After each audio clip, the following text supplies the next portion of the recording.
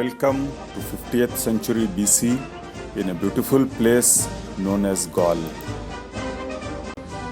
Julius Caesar has just defeated all the Gaulish tribes and occupied all of Gaul. All? No. One small village of indomitable Gauls still holds against the might of the empire. The bravery of these villagers and futile struggle of the empire is chronicled by Gosciny and Uderzo in the comic series.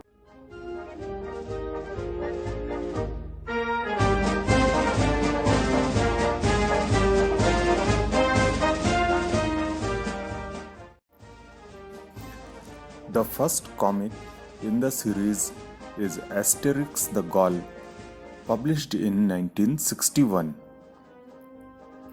Being the first comics in the series, the characters are introduced in order of appearance as the story proceeds, without being boring. The story starts with the background of Caesar's victory over Gaulish tribes. All of the Gaul is occupied, except one small village of indomitable Gauls where our heroes stay. The village is surrounded by fortified Roman camps.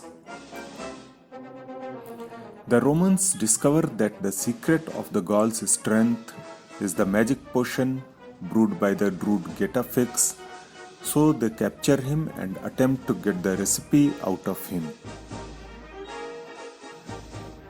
Asterix goes to the Roman camp where Getafix is held captive. Both Asterix and Getafix wittingly come out of the captivity by brewing wrong potion instead of the real magic potion.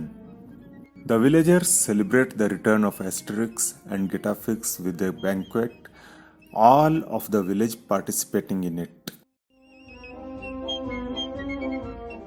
Asterix and the Golden Sickle was published in 1962. Getafix's golden sickle breaks and herbs must be cut with a golden sickle only to have magical powers in the magic potion.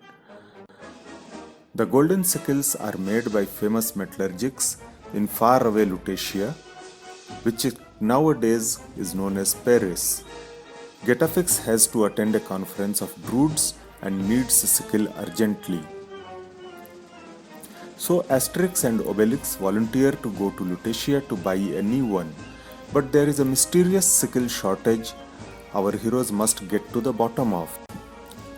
They finally solve the mystery of sickle shortage and return with the golden sickle.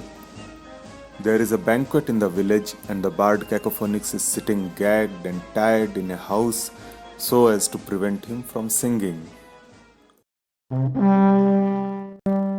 Asterix and the Goths was published in 1963. Finding a golden sickle in the previous episode, druid Getafix is ready to go to the forest for attending the conference. Asterix and Obelix go till the boundary of the forest accompanying the druid. Things take an ugly turn and the druid is captured by a tribe of Goths after Getafix wins the annual competition in the conference. Asterix and Obelix cross the border in search of the druid. They finally find him in the captivity of a Gothic chief, but the druid has different plans. The druid wants to create confusion among Goths and discourage them from invading Gaul.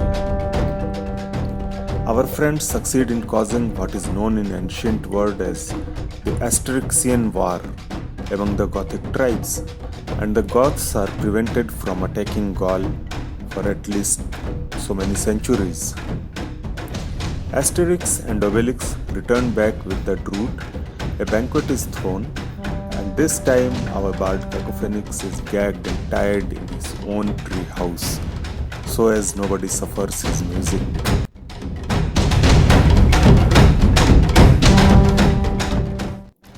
Asterix the Gladiator was published in 1964.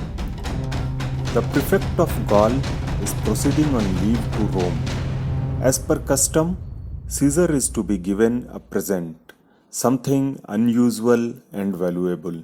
The prefect wants one of the invincible Gauls as present. The Romans decide on Cacophonix, the bard, being least dangerous of the lot. Cacophonix is captured and sent to Rome, where, unimpressed by the bard, Caesar orders him to be thrown to the lions at the Circus Maximus. Asterix and Obelix volunteer to go to Rome and rescue the bard.